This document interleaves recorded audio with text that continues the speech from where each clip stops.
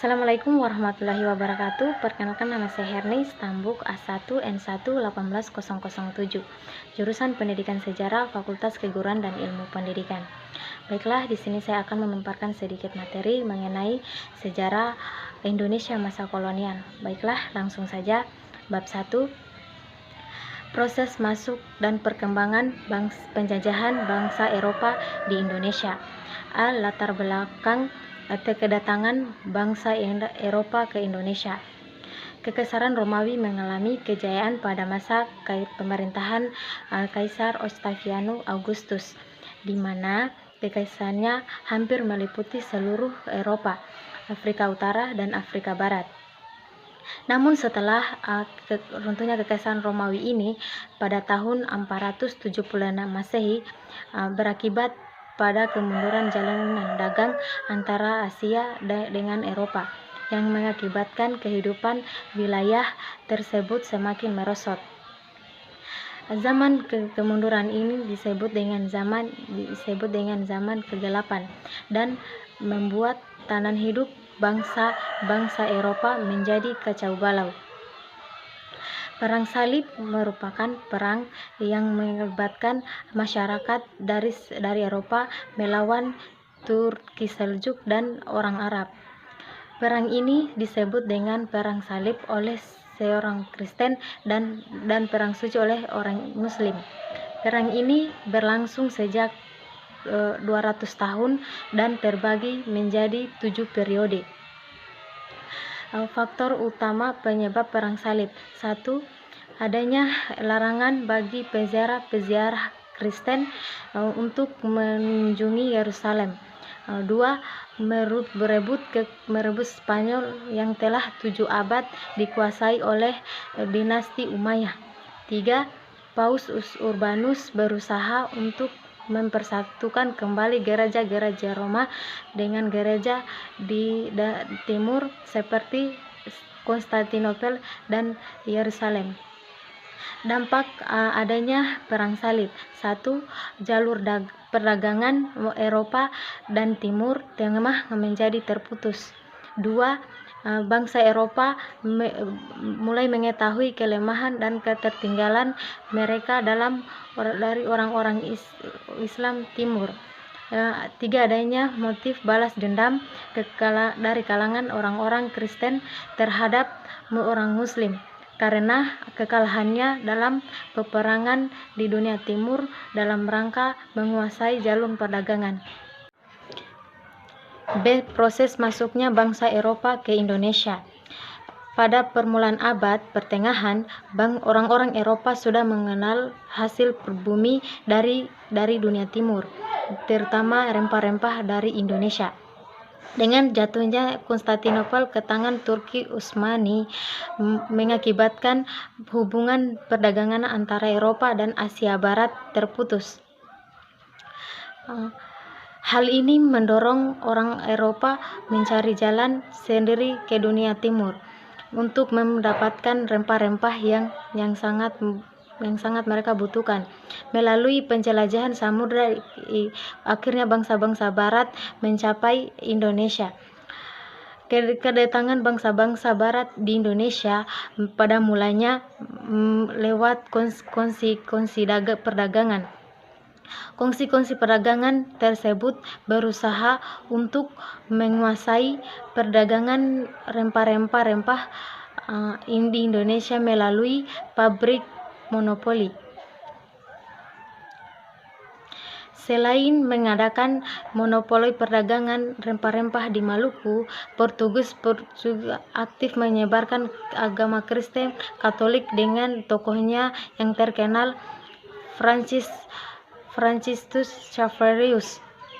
Perjanjian Sunda Kelapa antara Portugis dan Pajajaran. 1. Portugis diizinkan mendirikan benteng di Sunda Kelapa. 2. Pajajaran akan menerima barang-barang yang dibutuhkan dari Portugis termasuk senjata. 3. Portugis akan memperoleh lada Pajajaran menurut kebutuhannya. Bab 2. Sistem tanam paksa. Faktor utama diberlakukannya sistem tanam paksa di Indonesia adalah adanya kesulitan keuangan yang dialami oleh pemerintah Belanda. Pengeluaran Belanda digunakan untuk membiayai keperluan militer sebagai akibat Perang Belgia pada tahun 1830 di negeri Belanda dan Perang di Jawa atau Perang Diponegoro 1825 sampai 1830 di Indonesia. Perang di Belgia berakhir dengan kemerdekaan Belgia memisahkan diri dari Belanda dan menyebabkan keuangan Belanda memburuk.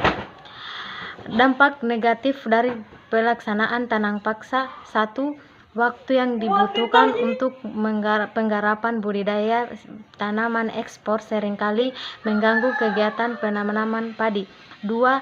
Penggarapan tanaman ekspor seperti tebu membutuhkan air yang sangat besar sehingga memberatkan para petani. 3. Budidaya tebu dan nila menggunakan sebagian besar tanah sawah petani yang baik dan bernilai paling tinggi. Dampak positif dari pelaksanaan tanam paksa: 1. Rakyat Indonesia mengenal beragam teknik penanaman dan jenis-jenis tanaman baru. 2. Meningkatkan jumlah uang yang beredar di pedesaan sehingga memberikan rangsangan bagi tumbuhnya perdagangan. 3. Munculnya tenaga yang kerja yang ahli dalam kegiatan pertanian yang terkait dengan perkebunan dan perpabrikan di pedesaan. Bab 3. Sistem politik ekonomi liberal. Latar belakang terjadinya sistem politik ekonomi liberal. 1. Pelaksanaan sistem tanam paksa telah menimbulkan penderitaan terhadap rakyat pribumi. 2. Berkembangnya paham liberalisme sebagai akibat dari revolusi Prancis dan evolusi industri. 3. Kemenangan Partai Liberal dalam parlemen Belanda yang mendesak pemerintah Belanda untuk menerapkan sistem ekonomi liberal di negeri jajahannya, Indonesia. 4. Adanya Traktat Sumatera pada tahun 1871 yang memberikan kebebasan dari Belanda untuk meluaskan wilayahnya ke Aceh. Dampak sistem politik ekonomi liberal. Dampak positif: 1. Bisa mencapai ekonomi yang pesat karena majunya industri dan sektor swasta. 2. Bersifat demokratis kepada warganya. Dampak negatifnya: 1. Terjadinya kesenjangan sosial antara orang kaya dan orang miskin. 2. Masyarakat yang bebas membuat negara akan terlibat dalam kebijakan yang kurang populer. 3. Menurunnya konsumsi bahan makanan terutama beras, sementara pertumbuhan penduduk Jawa meningkat cukup pesat. 4. Menurunnya usaha kerajinan rakyat karena kalah bersaing dengan barang-barang impor dari Eropa. 5. Pengangkutan dengan gerobak menjadi merosot penghasilannya setelah adanya angkutan dan kereta api. Bab 4. Politik etis. Politik etis atau politik balas budi adalah suatu pemikiran yang menyatakan bahwa pemerintah kolonial memegang tanggung jawab moral bagi kesejahteraan pribumi. Pemikiran ini merupakan kritik terhadap politik tanam paksa. Latar belakang ke politik etis. Pada awal sebelum dilaksanakannya politik etis, keadaan sosial dan ekonomi Indonesia semakin memburuk dan jauh dari kata sejahtera, terutama terutama untuk pendidikan pribumi yang bukan dari kalangan bangsawan. Pendidikan bukan menjadi baik, justru menjadi sebaliknya. Bidang politik sebaliknya yang berkembang saat ini adalah sentralisasi politik yang kuat, sehingga tidak ada pemisahan kekuasaan dan keuangan antara pemerintah dan kolonial dan bangsa Indonesia, yang berdampak pada ketidaksejahteraan pribumi. Tujuan politik etis adalah satu, pendidikan atau edukasi. Tujuan pertama dicetuskannya politik etis adalah untuk membantu meningkatkan sumber daya manusia masyarakat Indonesia. Yang kedua, pengairan atau irigasi. Tujuan dari politik etis yang kedua adalah berkaitan dengan sistem pengairan atau irigasi. Yang ketiga adalah perpindahan penduduk atau transmigrasi. Tujuannya adalah juga membantu mengurangi kepadatan penduduk di Pulau Jawa. 5. Depresi ekonomi dunia. A. Jatuhnya pasar saham Wall Street 1929. Ekonomi Amerika memasuki masa resesi selama musim panas 1929. Ketika belanja konsumen menurun dan mengakibatkan barang-barang menumpuk, sehingga memperlambat laju produksi. Pada saat yang sama, harga saham terus mengalami kenaikan, dan pada masa musim gugur 1939 mencapai tingkat yang tidak diperkirakan. Pada 24 Oktober 1929, investor mulai menjual saham mereka secara massal.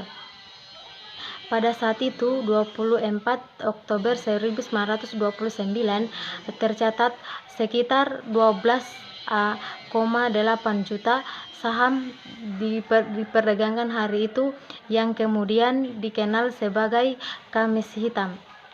5 hari kemudian, pada Selasa Hitam, sekitar 6 juta saham diperdagangkan pasca gelombang kepanikan susulan melawan melanda Wall Street.